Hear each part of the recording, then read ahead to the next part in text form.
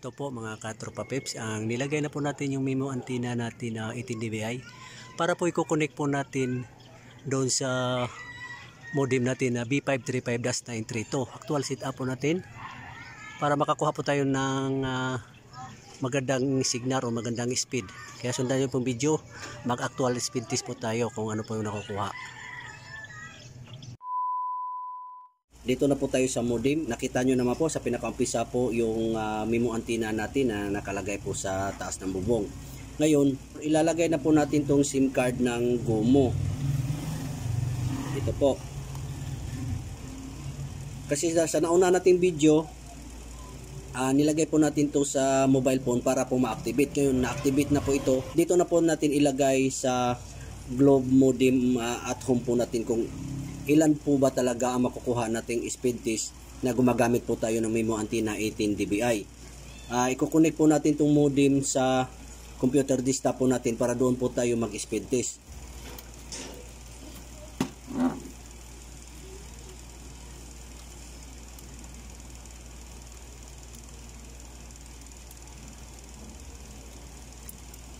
Ayan po, nailagay na po natin yung GOMO SIM card. I-restart po natin yung modem kasi kalalagay na po natin ng GOMO.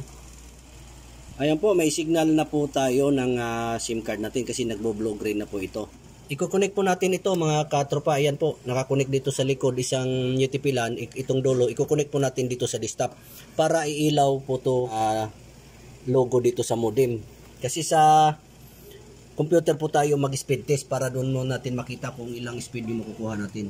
Ayan po, nakonect na po natin dito sa likod ng computer po natin kaya may ilaw na po yung UTP LAN.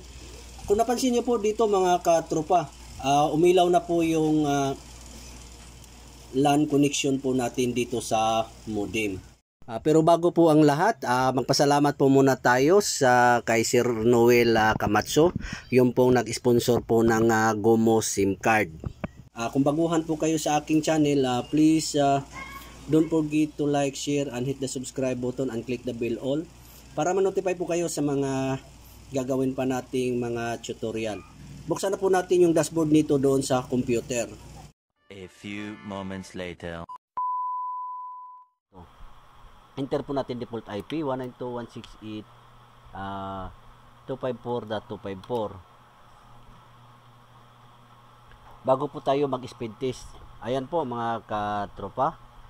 Dito na po tayo. Click po natin itong login. Enter po natin yung user.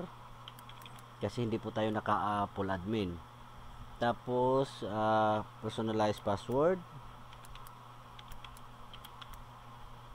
Enter po natin. Kung ano po yung personalized password nyo mga katropa. Ayan, kung napansin nyo po mga katropa peps, ito na po talaga pinaka-dashboard po natin. Globe at home po tayo. Dito na po makikita nyo ang ginamit po nating SIM card. Kung naumpisahan nyo po yung video. GOMO SIM card po yung nilalagay po natin na mayroon po tayong 30 GB na no expiry date. Hindi na po nakalagay dito sa mga previous nating video. LTE Globe po yun, at saka yung isa dati nating video LTE TM. Punta po tayo sa ngayon sa speed test kasi kung ano po ba makukuha natin na speed dito sa GOMO SIM card. Naka band 41 pa rin tayo nito. Ang ginagamit din natin MIMO outdoor antenna 18 dBi at saka naka band 41 po tayo mga katropa. A few moments later. Check po natin dito sa speed test. Yan. Ayan po, dito po tayo sa speed test. Titingnan po natin yung speed test natin na kukuha sa GOMO LTE.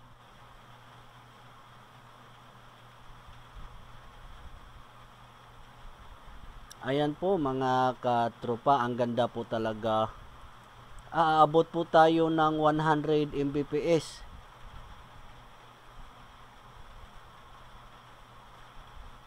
O sumagad po tayo ng 111 mga katropa peps. For the first time po natin na nakukuha natin ngayon.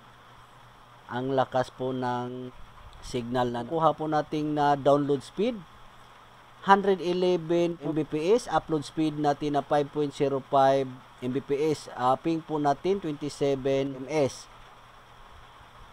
Yan po yung nakukuha natin ng mga katropa. Napakaganda po yung nakukuha nating signal. Ulitin po natin para malaman talaga natin kung saan tayo dadalhin ng pinakamalakas na speed ng GOMO SIM card po natin.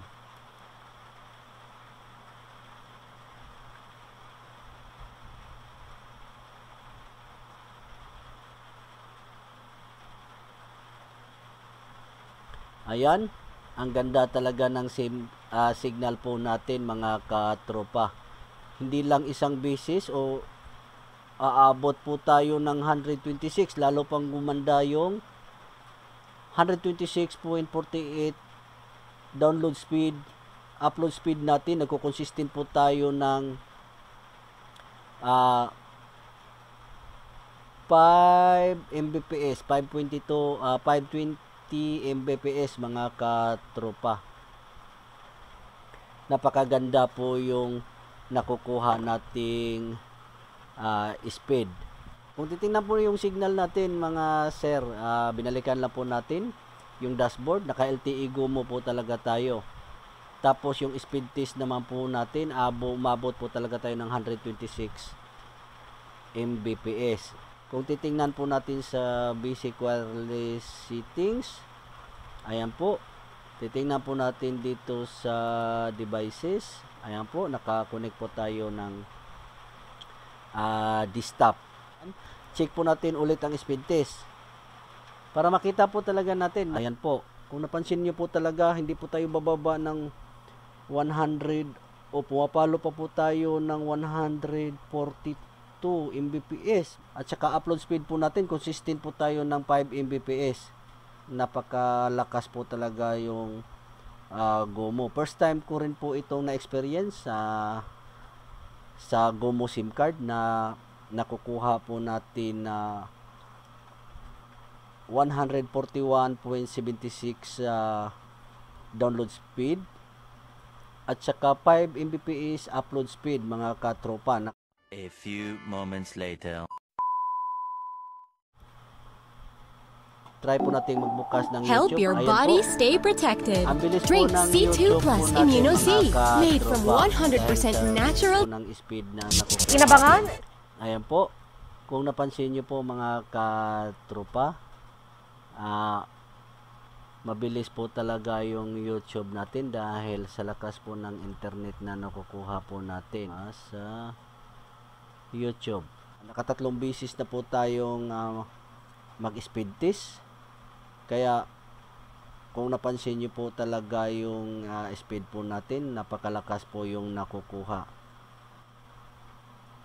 Sana nasundan nyo po yung video. Maraming salamat sa panunood. Kung nakatulong naman po ito sa inyo mga katropa, please like, share, and hit the subscribe button and click the bell all para ma-notify po kayo sa mga gagawin pa nating mga tutorial. See you guys and God bless.